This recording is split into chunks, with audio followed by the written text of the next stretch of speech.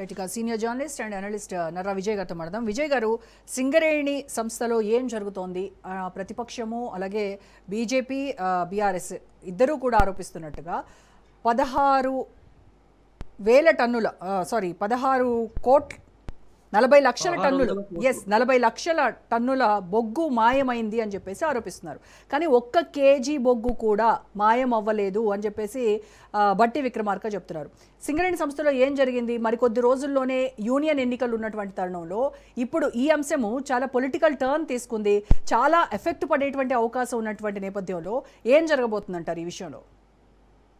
ఈ విషయంలో రాష్ట్ర ప్రభుత్వం నిర్లక్ష్య వైఖరి, రాష్ట్ర ప్రభుత్వంలో జరిగినటువంటి కరప్షన్ బయటపడిపోయినటువంటి అంశం క్లియర్ గా అర్థమవుతున్నటువంటి రీజన్ ఎట్లా అంటే, రాష్ట్ర ప్రభుత్వము కేంద్రానికి ఇంత బొగ్గు ఉత్పత్తి అయిందని చెప్పి ఇన్కమ్ ట్యాక్స్ కూడా కట్టింది దీని మీద.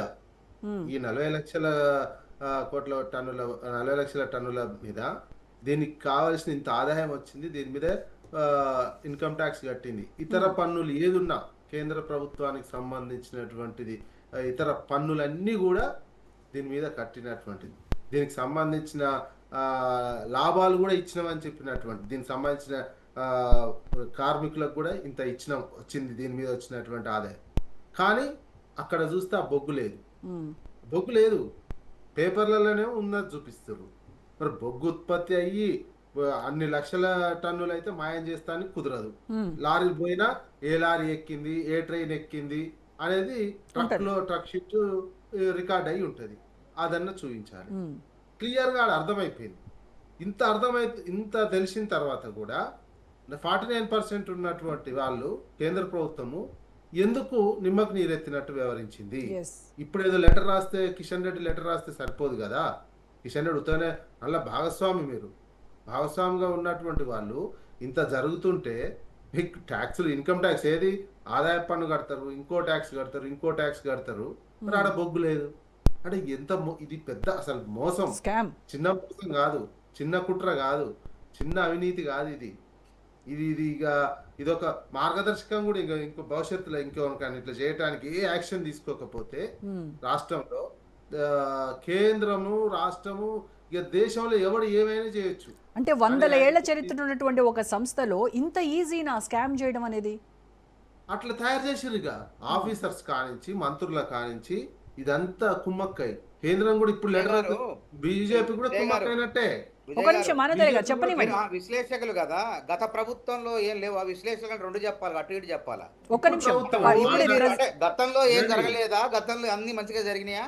ఇప్పుడు గతం బాధ్యత ఏంటంటే అటు ఇటు చెప్పాలి. ఇప్పుడు జరిగింది, అక్కడ ఏంది, ఇప్పుడు ఏంది, అప్పుడు చెప్పుకోవాలి. అంటే మీరు చెప్పే అర్థం ఏంటంటే అప్పుడు ఏం జరిగింది అనే విమర్శలు ప్రతిపక్షం అధికార పక్షం చేసుకుంటుంది. ఒక సీనియర్ జర్నలిస్ట్ గా, ఒక విశ్లేషకులుగా ఇప్పుడు జరిగినటువంటి అప్పుడు లాభాలు, ఇప్పుడు నష్టాలు ఒకే ప్రభుత్వం మీద వారు మాట్లాడుతున్నారంటే, ఇప్పుడు జరిగిన ఇష్యూ మీద మాట్లాడుతున్నాం. మానవతరాయ్ గారు, ఒక నిమిషం ఆగండి, అది కంప్లీట్ చేయనివ్వండి.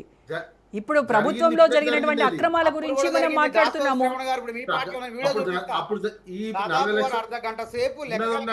అప్పుడు జరిగిన అంశాల మీద అప్పుడు డిబేట్లు అయినాయి, అప్పుడు సమాధానం వచ్చినాయి. ఇప్పుడే ఉన్నది అలా. అప్పుడు జరిగిన వాటి మీద మా పార్టీ కూడా సమాధానం చెప్పింది. ఒక నిమిషం మానవతరాయ్ గారు, ఎస్ మాట్లాడివ్వండి. మానవతరాయ్ గారు దయచేసి ఆగండి. ఒకవేళ అదే ఆరోపణ చెప్పాలా? కాంగ్రెస్ హయాంలోనే కదండి వచ్చింది స్కామ్ ఆరోపణలు, వచ్చింది కాంగ్రెస్ హయాంలోనే. దీనిపైనే మనం డిబేట్ చేస్తున్నాము. బీఆర్ఎస్ హయాంలో అప్పుడు కూడా చేసాము, అప్పుడు చేసాము, ప్రశాంతంగా సమాధానం చెప్పినాం. దానికి రుజువులు కూడా చూపెట్టినాం. నేను అడిగాను కదా, రామూర్తి గారిని అడిగాను. ఒక నిమిషం, ఫస్ట్ రేట్ కాలే, దానికి సమాధానం కూడా చెప్పాను కదా. మీరు ఆరోపణ చేస్తారు, సమాధానం చెప్పినా కదా. ఈవెన్ మెడికల్ బోర్డు నియామకాల గురించి కూడా అక్రమాలు జరిగాయని ఇప్పుడు కూడా అడిగాం కదా రామూర్తి గారిని. ఒకరు నేను సమాధానం చెప్పేసిన. యా హిట్లర్ వారసత్వం పుచ్చుకున్నారు ఇదికే అనేది ఎట్లా మీరే పుచ్చుకోండి. హిట్లర్ వారసత్వం బీఆర్ఎస్ మాటే మాట్లాడుతున్నావు. బీజేపీ ఇప్పుడు బీఆర్ఎస్ మాటే విశ్లేషకుడు మాట్లాడుతున్నాడు. ఒక్క నిమిషం మానవతరాయ్ గారు, మానవతరాయ్ గారు, మానవతరాయ్ గారు ఒక్క నిమిషం ఎదురుదాడు ఆపండి ప్లీజ్. ఒక్క నిమిషం ఆయన మాట్లాడండి. అధికారులు కూడా చెప్పిళ్ళు అవినీతి, అధికారులు కూడా చెప్పిళ్ళు అవినీతి జరిగిందని. కార్మిక సంఘాలు నాయకుడు నరసింహారావు గారు కూడా చెప్పారు. కార్మికుల సంఘం నాయకుడు నరసింహారావు గారు అవినీతి జరిగింది. ఆయన కూడా బీఆర్ఎస్.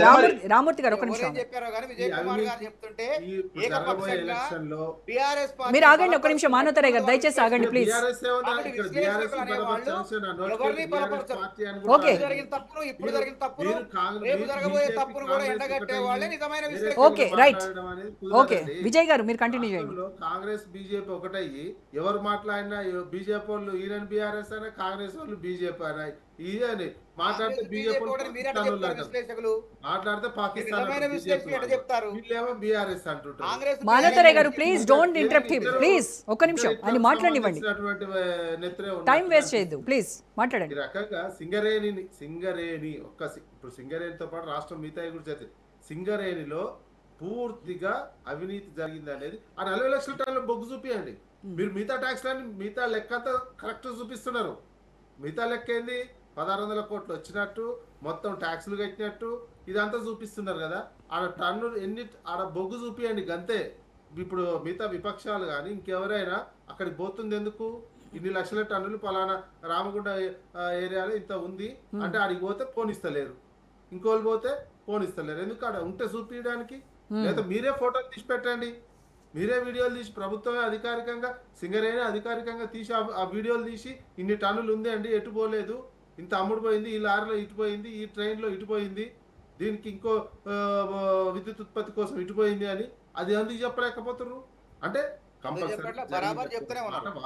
థర్మల్ విద్యుత్ కేంద్రాలకు తరలించడం 25వ తారీఖు వరకు 29 లక్షల మెట్రిక్ టన్నులు ఉన్నది. అది 2014 లెక్కలున్నాయి.